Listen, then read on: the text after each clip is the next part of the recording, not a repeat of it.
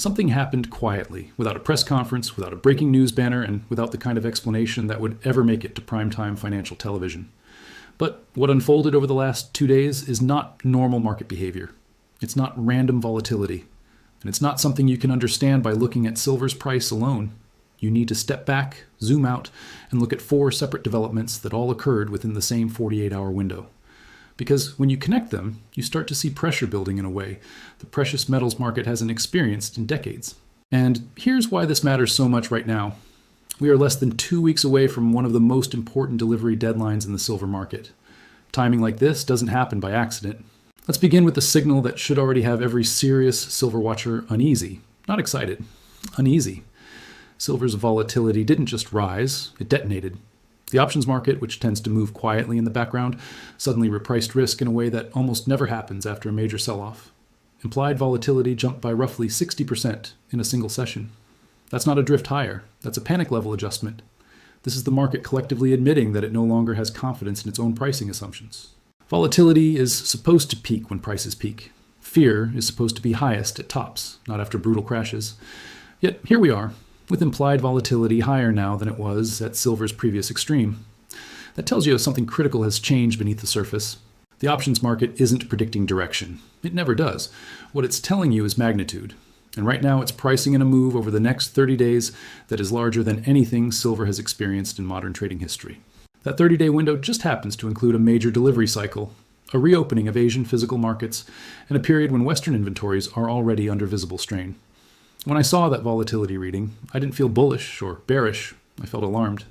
Because numbers like that don't appear unless the market senses that the usual mechanisms for controlling price are losing effectiveness.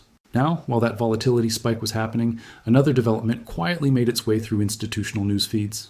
Not on front pages, not in bold headlines for retail investors, but directly into the terminals used by asset managers, hedge funds, and banks. A narrative piece began circulating, framing the precious metals trade as something ideological rather than financial. The argument was dressed up as analysis, but its emotional payload was unmistakable. Buying gold, the story suggested, was a vote against national success, a pessimistic wager, an admission of decline.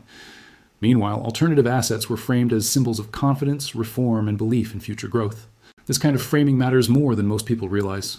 Markets are not just about numbers. They are about permission.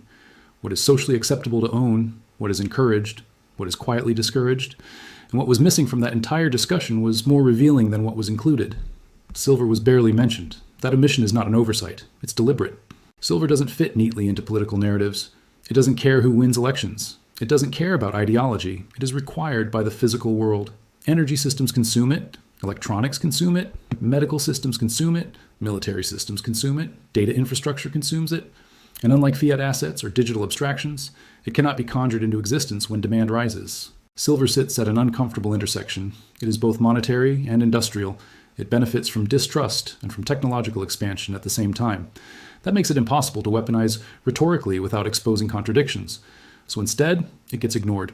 But while the narrative machine was busy framing precious metals ownership as a psychological statement, the physical market was sending a very different message. In Asia, the divergence between paper pricing and real metal reached levels that are almost unprecedented. Within the same national system, contracts representing silver on paper traded far below contracts that guarantee physical delivery. And physical silver itself was changing hands at prices that make Western spot quotes look like fiction. We're not talking about a modest premium. We're talking about a gap so wide that it effectively splits the market into 2 separate realities.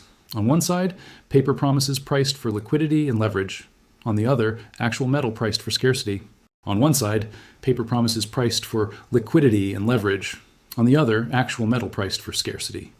When physical silver trades significantly above its own paper derivatives inside the same country, that tells you the paper market is no longer trusted to fulfill its promises in a timely manner. Buyers are willing to pay more to eliminate counterparty risk entirely. And this didn't happen in a minor market.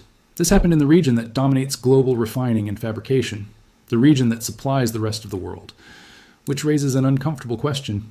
If silver is supposedly abundant and cheap, why is physical metal commanding such a premium where supply is most concentrated?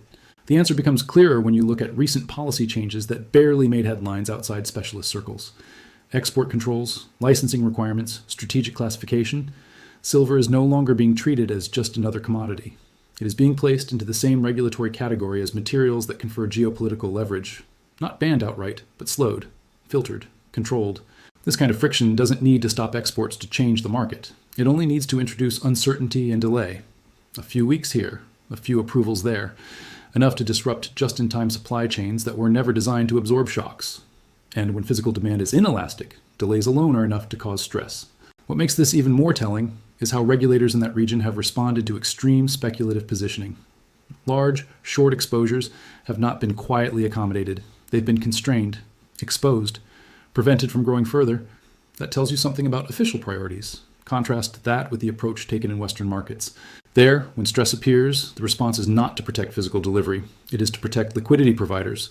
Margin requirements are raised, volatility is weaponized, price is sacrificed to maintain systemic stability. We've seen this playbook before, and it brings us to the fourth event that occurred in this same narrow window. Quietly, without ceremony, central bank liquidity operations expanded again. Overnight funding injections increased, limits were removed, backstops widened. This is not stimulus, this is not economic support, this is emergency plumbing. When a central bank removes caps on emergency lending facilities, it is not because things are improving, it's because planners anticipate larger, more frequent liquidity demands. And once again, the timing matters. These injections occurred alongside heightened volatility in precious metals, just as delivery obligations are approaching, and just as inventories sit near levels that leave little margin for error. Liquidity is being provided not to create growth, but to prevent forced liquidation. And here's the pattern that is becoming impossible to ignore. Each time emergency liquidity appears, rule changes follow. Each time rules change, prices fall. Each time prices fall, physical metal leaves Western vaults and moves east. That is not coincidence. That is feedback. The system is buying time by pushing prices down, but lower prices do not reduce physical demand. They increase it, especially in regions where silver is viewed as a strategic input rather than a speculative trade. This is how paper markets and physical markets drift apart. The paper market can expand infinitely. Contracts can be created at will. Leverage can grow without limit, but the physical market is bound by geology, energy, labor, and time. And right now, those two markets are telling completely different stories. Paper pricing says abundance. Physical pricing says scarcity. Paper volatility says uncertainty. Physical premiums say urgency. Paper narratives say ideology. Physical flows say necessity. The most dangerous thing for any leverage system is when belief breaks. Not when prices fall, but when participants no longer trust the structure itself. That's why volatility is rising after the crash, not before it. That's why physical premiums are widening instead of narrowing. That's why liquidity injections are growing instead of shrinking. And that's why narratives are being pushed that frame ownership of real assets as something emotional or political, rather than rational. Because once enough participants decide they want delivery instead of exposure, the system faces a problem that cannot be solved with margin adjustments. You can settle contracts in cash. You can delay delivery. You can change specifications. You can alter rules, but you cannot deliver metal that doesn't exist in sufficient quantity. The next 10 days compress all of these pressures into a single window. Asian markets reopen. Delivery notices approach. Inventories are visible. Volatility is elevated. Liquidity backstops are active. Nothing about that setup is stable. This doesn't guarantee a specific outcome. Markets are messy. Timing is imperfect. Interventions can delay reckoning longer than logic suggests. But what it does mean is that the risk profile of silver has changed dramatically. This is no longer a simple price trade. It is a structural divergence between promises and reality, between paper abundance and physical scarcity, between narratives and necessity. And that divergence cannot persist forever. At some point, one side has to give. Either paper prices rise to reflect physical conditions, or physical markets detach entirely and price independently. Both outcomes are disruptive. One is inflationary. The other is credibility destroying. Neither is calm. So when you see silver trading lower on a screen while physical premiums climb elsewhere, don't assume the market is telling you everything you need to know. Sometimes the most important signals are the ones that don't fit the headline.